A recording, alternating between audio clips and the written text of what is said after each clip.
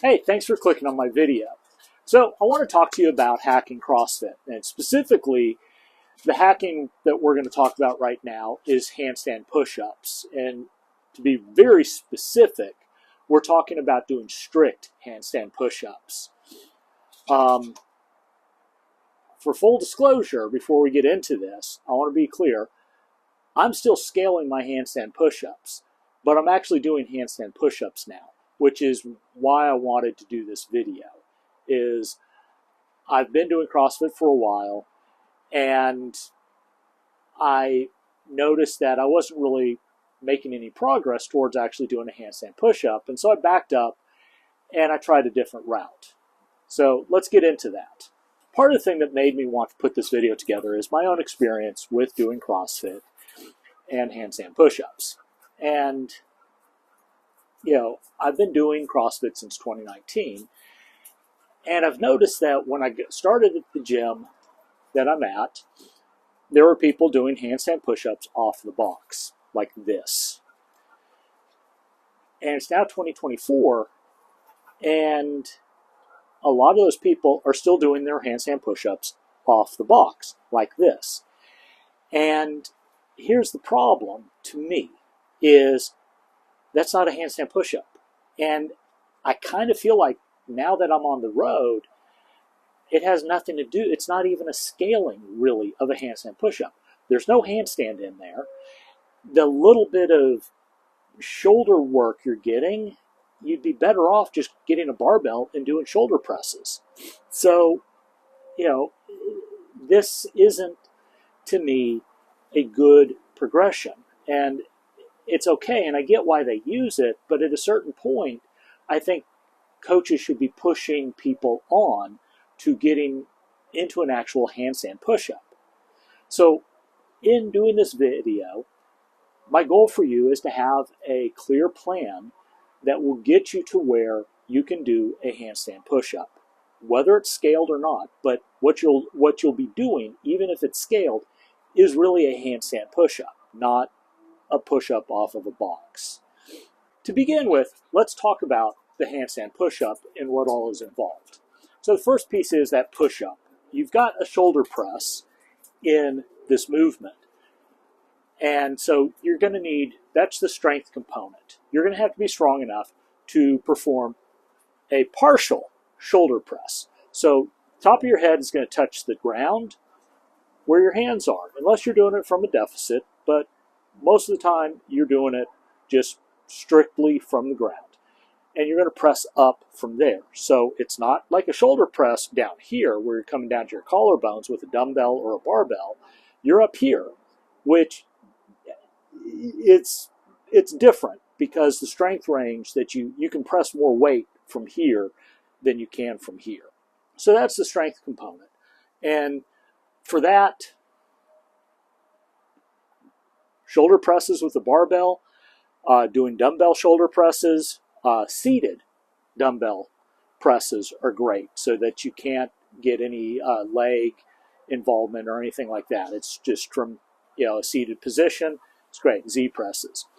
And once you are upside down in a handstand, doing the negative of the handstand push-up, just from here down, is a great way to help develop that strength and also develop the skill, which is the next piece. There's two skills actually involved in doing a handstand push-up. The first piece is right there, the handstand. So being upside down and balancing, even when you're up against a wall, there's still a balance component involved. And that takes work. And it also, I don't know about you, but generally speaking, being upside down is not comfortable. So getting used to being upside down and all like that, that's a skill. But the piece that doesn't come up much, at least I've not heard a lot of, is the skill of kicking up to the wall doesn't get the attention I think it should. And so what we're going to talk about next is how do I get you upside down? Not necessarily a handstand, because when I first started, I was upside down, but it wasn't a handstand. It was actually, there were points where, as I was practicing, I was like kicking into a headstand. It was ridiculous. But I'm going to show you what to do to get yourself into the handstand starting off with, so that then you can work on the rest of this. So the very first part to kicking up. Now, you may have seen people doing the gymnast method where they're standing up, they put their hands up, and they throw themselves at the wall. Absolutely works. For me, it didn't. I could do it, and I'd just bounce off the wall. Boom, boom, boom, over and over and over. Didn't work. I actually went to a gymnastics gym to find out how to do this stuff. And what worked immediately was this. You get to the wall, and you're going to put the back of your head and your shoulders up against the wall, and then you're going to kick from there. And up you go. As soon as the coach did that, for me, it almost immediately worked. We figured out a few things to help make it easier, which was I took a box and I stood on the box, my hands on the ground, and got my shoulders and my head against the wall, and I could kick from there. The box helps because it's raising your hips up, and the handstand push-up is here's your wrist, here's your shoulders, here's your hips and your ankles. Well, when you're on the box, your hips are already almost over your shoulders, so you're halfway there. You don't have to kick as far. And what I did was I started off on a big box, and I got to where I was kicking up every time. We got a smaller box, which actually what we used were just a couple of gym mats. I think we stacked like 3 or 4, and I'd kick up from that. And then at my CrossFit gym, I got blue plates, 45-pound plates. I stacked 2 of them, and I kicked off of that. And then once I was used to that, I would, I took a blue plate off, I put a green plate on, 25 pounds, and I'd kick from that. And then I took the green plate off, and I was just kicking off of the 45-pound plate, which actually, because the blue pads we have at my gym, there wasn't much advantage. My hands and my feet were more or less level. And then from there, just kicking from the ground just became no problem. And I just kept doing that over and over until it's no longer, it's not a problem. And I've gotten to where I no longer have to put my head and shoulders against the wall.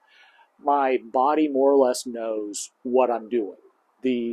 Having your shoulders and your head against the wall gives your body kind of a reference point. I compare it to like on a motorcycle.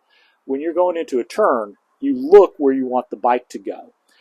And your hands and feet do everything. Same thing in a car. You come into a turn, the amount of throttle you're giving, all of that stuff, the back part of your brain, just the data coming into it, knows what to make the rest of your body do. Well, when you don't know how to get into a handstand, having the feel of the wall and against your shoulders and the back of your head kind of tells your body, hey, this is how hard I need to kick to get up to the wall. So you practice that, and you'll master it pretty quickly. I think 1 open gym, 2 open gyms. Doing this will have you to where you don't need any boxes or anything to get you onto the wall. You'll be, by your 2nd open gym, you'll be kicking up no problem. The hard part, in my opinion, is just getting the skill to kick up to the wall. Once you're up on the wall, the next piece is just hold yourself up on the wall.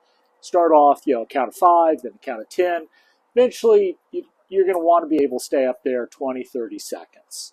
With those open gyms, you've worked on kicking up to the wall. Do something like 5x3, kick to the wall. So by 5x3, I mean you kick up, that's 1 rep, 2, 3, and then go do something else, come back and do it again. 5 rounds. So total of 15 reps in an open gym. So deadlifts and wall kicks, something like that. Okay? And through that, you develop the skill, you get good at kicking up onto the wall. And in doing those, start off with like a count to 3 before you come back down, and then make it longer. Eventually, once you get to 20 or 30 seconds, which, God, that's a long time. 20 seconds. That should be good. Without blacking out, you know. But that piece of the skill, once you have that, we're good to go. Now the next progression is do a negative. So you kick up, lower yourself down. Don't kick back down. Lower yourself down till your head touches, and then, then come off the wall. Again, 5x3, 5x5. You figure out your rep scheme, how fast you want to get here. But in doing this, you start building the skill and you start getting used to moving around, because when you first, at least for me, when I got upside down, moving around was not comfortable. Like shuffling your hands or anything like that, it's not fun. Well, you struggle to do it. At least I did. Maybe this will be easy for you. Then, once you're good with this and you're comfortable, the next progression is go get some ab mats. So the way I figured this out, we had handstand push-ups, and I was doing what I just described. And just for fun, I grabbed 3 ab mats, and I stacked them up, kicked up, lowered myself, pushed back up. It was easy. I was like, oh, wow, this is cool. And I told my coach, and she's like, that doesn't count. That's, whatever. And I was like, yeah. And, she harassed me about it a bit, and I loved it. But I decided, okay, we take one off.